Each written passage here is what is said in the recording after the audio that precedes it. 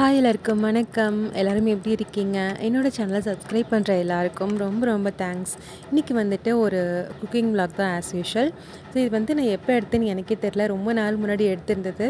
But டிராஃப்டில் இருந்தது. So அதை வந்து இன்றைக்கி எடிட் பண்ணி போட்டுடலான்னு சொல்லி எடிட் பண்ணிகிட்ருக்கேன்.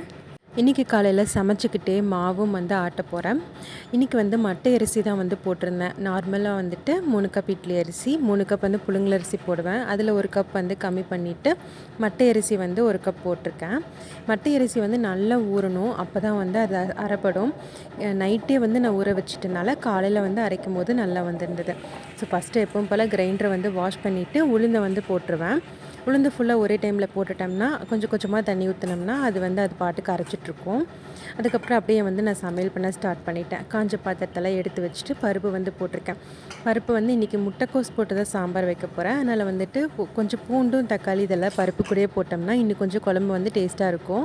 ஸோ அதனால் வந்துட்டு பருப்பை வந்து குக்கரில் வச்சுட்டு முட்டைக்கோஸ் வந்து கட் பண்ணிகிட்ருக்கேன். ரொம்ப ஸ்ட்ராங்கான முட்டைக்கோஸ் கட் பண்ணுறக்குள்ளே போதும்னு ஆயிடுச்சு. அதுக்கப்புறமா அதை கொஞ்சம் பெரிய பெரிய பீஸாக கட் பண்ணி போட்டுட்டு சின்ன வெங்காயம் வரமிளகாய் எல்லாத்தையும் போட்டு தாளித்து விட்டுட்டு நான் அப்படியே வந்து செஞ்சிடலாம் அப்படின்னு சொல்லிட்டு வெங்காயம் எல்லாம் தாளித்து விட்டுருக்கேன். முட்டைக்கோஸ் கொஞ்சம் வணக்கி போடலாம், அப்போ தானே ஸ்மெல் வராமல் இருக்கும் அப்படின்னு சொல்லிட்டு வணக்கிறதுக்காகவே இன்றைக்கி ஃபஸ்ட்டு தாளித்து விட்டுட்டேன். ஸோ வெங்காயமெல்லாம் வதக்கிட்டு முட்டைக்கோசையும் போட்டுட்டு ஒரு 2 மினிட்ஸ் வந்து அப்படியே வந்து வணக்கிட்டுருக்கேன்.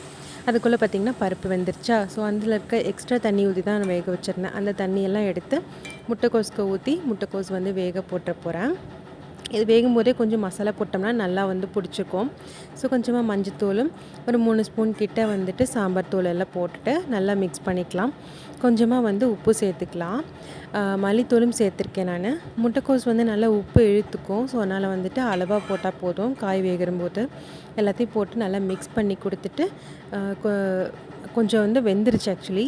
அது கூடயே வந்து கொஞ்சம் புளி தண்ணியும் ஊற்றி நல்லா வந்து நான் மூடி வச்சுக்கிட்டேங்க. அதுக்குள்ளே பார்த்திங்கன்னா உளுந்து வந்து ரெடி ஆகிடுச்சு. ஸோ உளுந்தையும் வந்துட்டு நல்லா எடுத்துக்கிட்டேன்.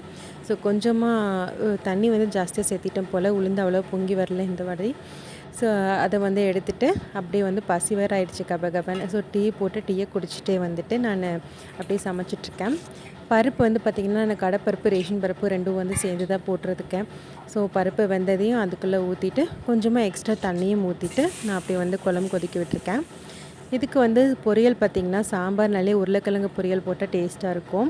ஸோ அதனால் உருளைக்கிழங்கு கட் பண்ணி அப்படியே வந்து ஃப்ரை பண்ணிக்குவேன் நான். இன்னும் மசாலா போட்டிருந்தேன்னு பார்த்திங்கன்னா ஒரு மட்டன் மசாலா எது வேணால் போட்டுக்கலாம். உருளைக்கிழங்கு எது போட்டாலுமே டேஸ்ட்டாக இருக்கும். ஸோ அப்படி வந்து குழம்புக்கும் வந்து தேவையான உப்பு அதெல்லாம் போட்டுட்டு நல்லா கொதிக்க வச்சாச்சு. குழம்பு வந்து நமக்கு ரெடி ஆகிடுச்சு. இந்த முட்டைக்கோஸ் வந்து பொடி பொடியாக கட் பண்ணி போட்டோம்னா உங்களுக்கு அப்படியே குழம்போட வந்து நல்லா வந்து ஒட்டுக்கா இதாகிடும். பட் கொஞ்சம் உங்களுக்கு க்ரன்ச்சியாக வேணும், கடிச்சு சாப்பிட்ற மாதிரி வேணும்னா இந்த மாதிரி பெரிய பெரிய பீஸாக போட்டுக்கலாம். எனக்கு இப்படி தான் இருந்தால் பிடிக்கும். ஸோ வந்துட்டு சமையல் எல்லாமே முடிஞ்சுது. இனி வந்து அரிசியும் வந்து ஆட்டிடுச்சா, அதையும் வந்து எடுத்து வச்சு கிரைண்டரையும் வந்து கழுவிட்டேன்.